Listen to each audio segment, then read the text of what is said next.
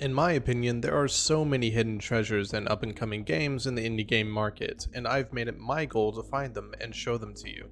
So in today's video, we'll be covering a top-down horror extraction shooter, a hilarious Metal Gear inspired stealth game, a few Resident Evil inspired horror games, a shooter inspired by Quake 2, and a Doom engine mod inspired by Silent Hill.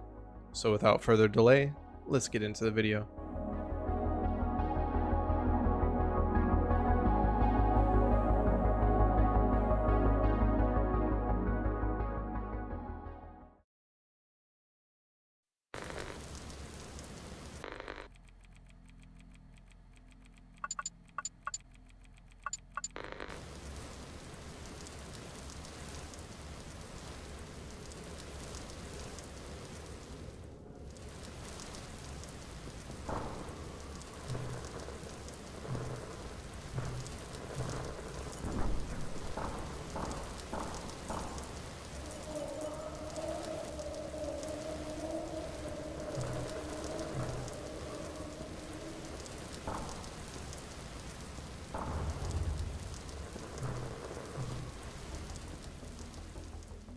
The first game today is Empty Shell, which is a top-down survival horror, roguelite, single-player extraction shooter, which for me is something that just ticks a lot of boxes for the types of games that I like, especially the fact that it's a top-down perspective in a horror game. There's something that fixed or top-down perspectives that makes horror games much more scary.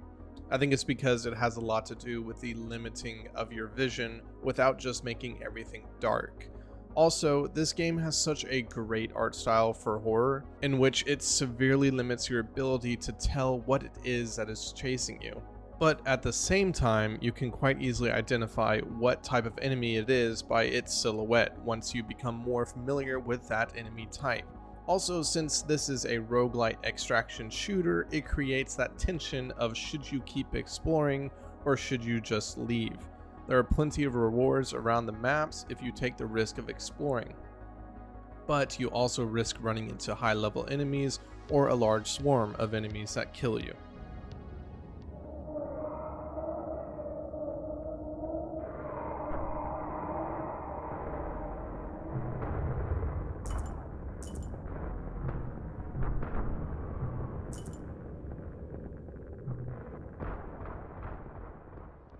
If you die, then you respawn as another person or volunteer according to the story of the game, in which you start with randomized equipment that is often quite weak, and you need to take the risk of venturing out and finding better loot. I think it's a fantastic game that creates great tension through difficulty, risk management, and horror. If you liked Zero Sievert from one of the previous videos, then I definitely recommend Empty Shell.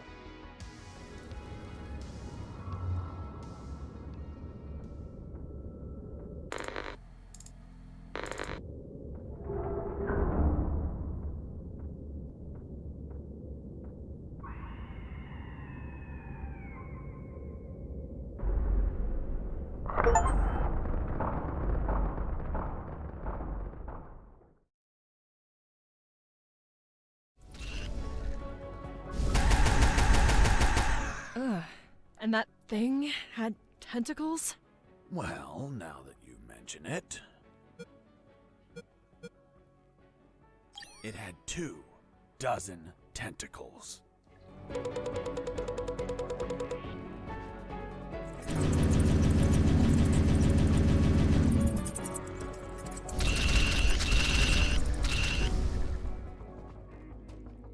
Okay, listen. Do you like Metal Gear? And more specifically, do you like the weird and goofy parts of Metal Gear? Well, this game, which is Unmetal, is pretty much nothing but the goofy parts of Metal Gear. It's a top-down stealth game taking huge inspirations from the old school Metal Gear games, but it's from the perspective of a main character retelling the story and perhaps embellishing a few things and cracking several jokes. There were several instances in this game that I was literally laughing out loud. By the way, how many rats were down there? None that I remember, but there were squirrels. Squirrels in a sewer? That's right. Turns out, the bastards there don't like normal pets like cats or dogs. They go and buy exotic pets. You know, squirrels. Eventually, their owners get bored of them and they're flushed down the toilet to drown and die. But 1 in 10,000 mutates and it survives. Then it multiplies. Soon, the sewers are completely infested with mutant killer squirrels. It was horrible. Felt like I was a giant acorn.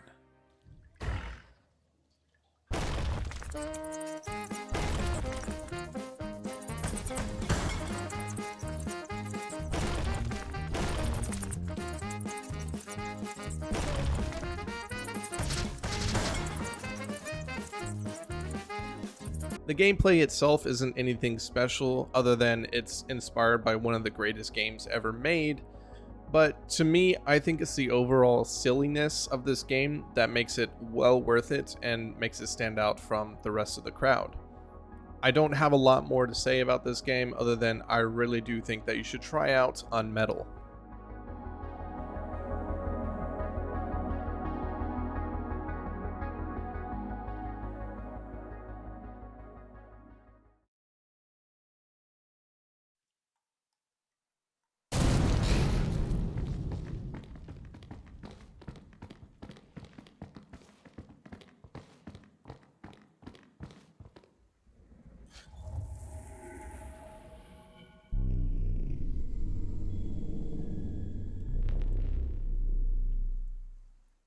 Earlier, whenever I was talking about Empty Shell and I was saying that I loved fixed perspective horror games, the main game that comes to mind is Resident Evil, especially Resident Evil 1 and its remake.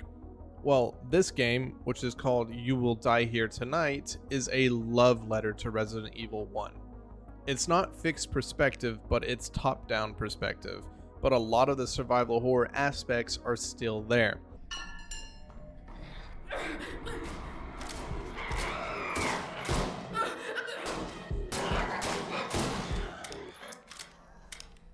Not to mention, you're in a huge mansion.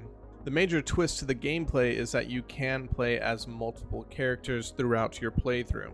Each character has their strengths and weaknesses, but you can only play as one until they die.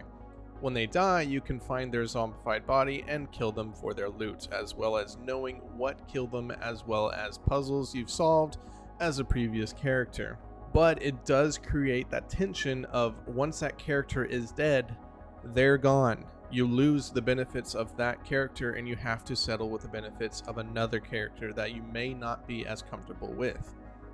Fun facts, ooh. Did you know that the first-person perspective combat is actually an existing feature in the Nintendo DS version of Resident Evil 1, which itself was inspired by Resident Evil Gaiden on the Game Boy Color? Resident Evil Gaiden put this in for the combat as a unique way to have viable combat on the Game Boy that depended on good timing and item inventory management. The Nintendo DS version still had the classic Resident Evil style combat, but would throw this feature in every once in a while to catch you off guard, especially if you've already played the original Resident Evil. I also think that the story has a lot of potential because the first bit of the game that I've played so far has some pretty major twists to it, but yet I think there's a lot of room for more twists and a good story to come. But if you're a fan of Resident Evil, then I really do highly suggest playing You Will Die Here Tonight.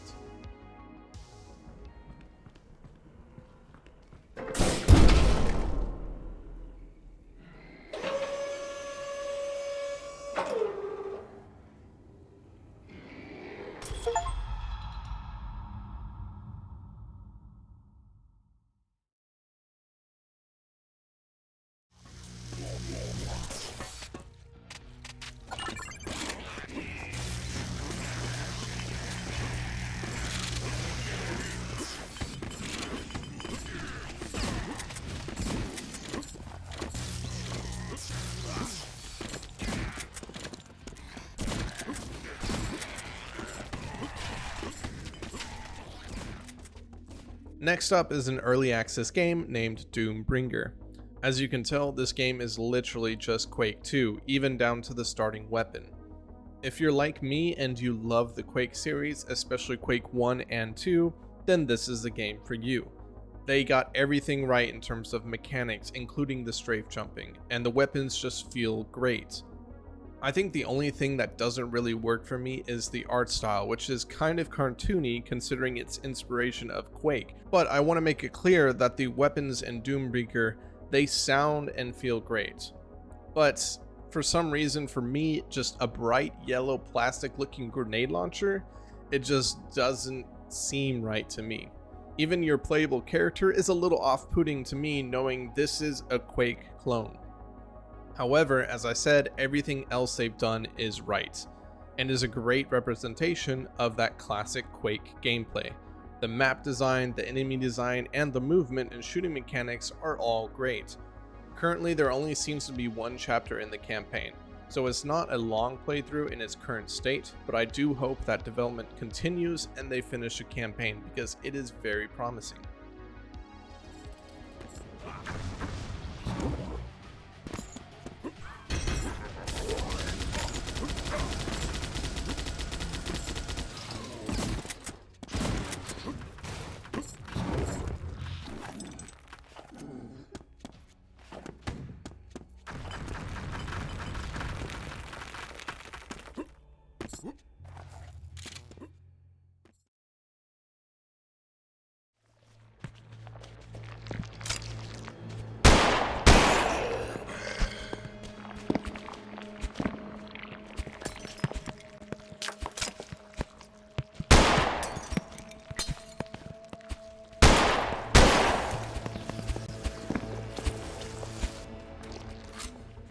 Up next is yet another Resident Evil inspired game called Holstine, and my apologies if I'm pronouncing that wrong. I'm not sure if it's Holstine or Holstein. But it's not only a Resident Evil inspired game, as it seems to have some psychological horror in it, more like Silent Hill. But from the demo, the story seems like it has a lot of potential. I'm not entirely sure what part of the game the demo is of, or if it's even part of the final game at all, or just a standalone area made specifically for the demo. Either way, it's just dripping with atmosphere and the voice acting is top notch. Also, the demo includes two sections. The first section is just puzzle solving and more story based, which you've been seeing so far on your screen, and the second section is specifically for the combat. The combat is pretty dang cool, with a nice change in perspective mechanic when aiming down sight, as well as some basic dodging and decent enemy variety. Fun facts, ooh! Did you know that Resident Evil 4 was originally supposed to play in a similar manner to this game? Resident Evil 4's early development showed an isometric camera view similar to the first 3 Resident Evil games, but with an over-the-shoulder aiming mechanic. It made the switch to third person as a way to better serve the more combat-oriented gameplay that Resident Evil 4 had compared to its predecessors, which was what made Resident Evil 4 so popular at its release. This section of the demo serves as a roguelite that you just keep trying to get further and further into the level. The combat is surprisingly good for an isometric indie horror game, and I'm impressed. So overall, I don't have any real complaints about this demo, and it makes me really excited for the full release, which I will definitely be playing.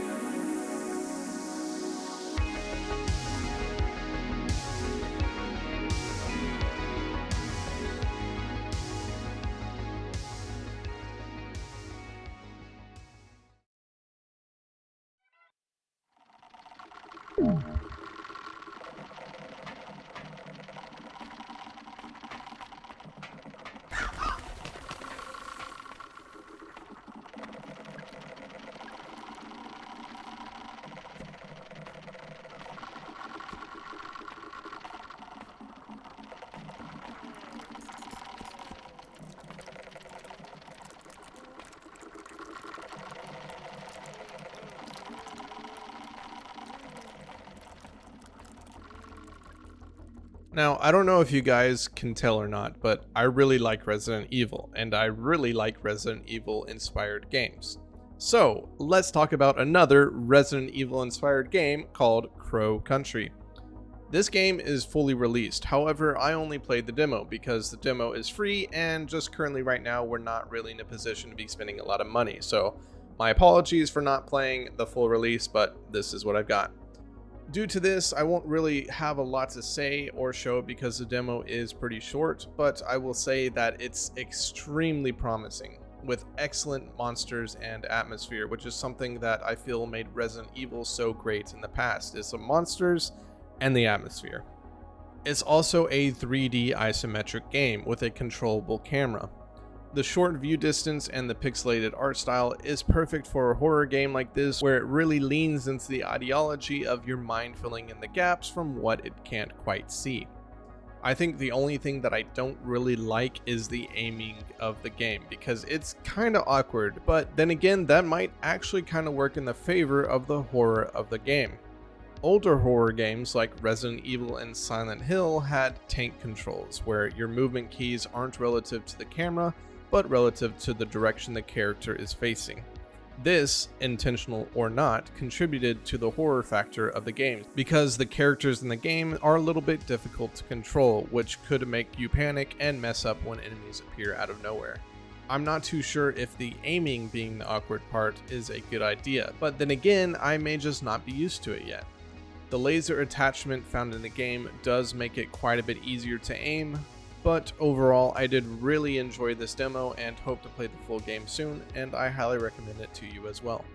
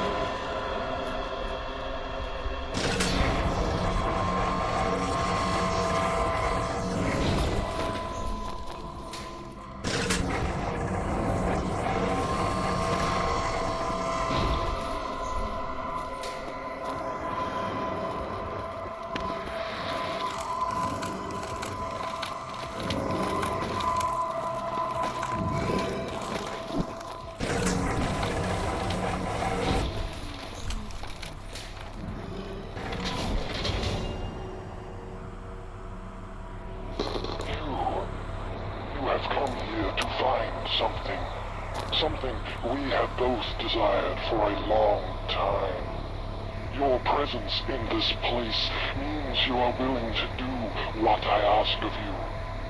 If you follow my requests, then I will take you to what it is you desire.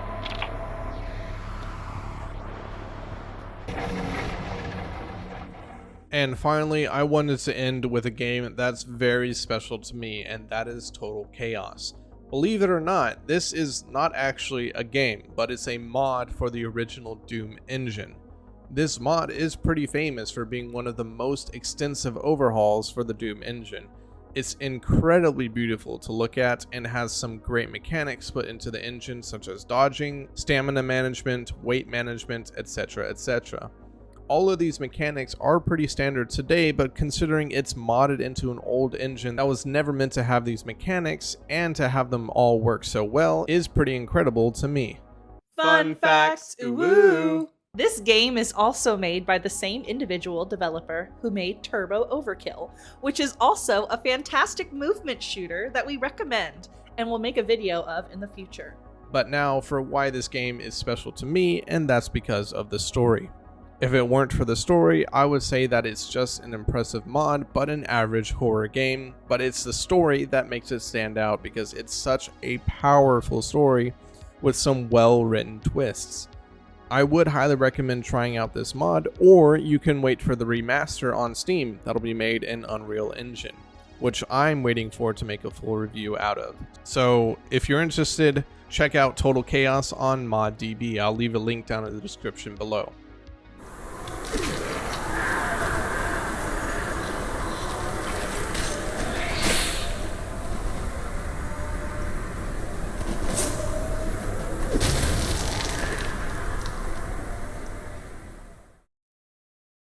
Alright, and that's all the games that we are going to be covering today. What are your thoughts on these games, and do you have any recommendations for other games for future videos? Before we close out, however, I did want to point out that I tried to stick to games that have less than 5,000 reviews on Steam, and I hope you understand that I have a very busy life and it's a bit difficult to find the time to play all of these games to completion. So for these videos in particular, I try to play enough of the games to give me a solid understanding of the game to make a trusted impressions video. Also, thank you guys for your patience due to my lack of uploads. It's been nearly a year since my last video, so my apologies, but do know that I'm all good and happy spending my time with my wife. So until the next video, have a good one.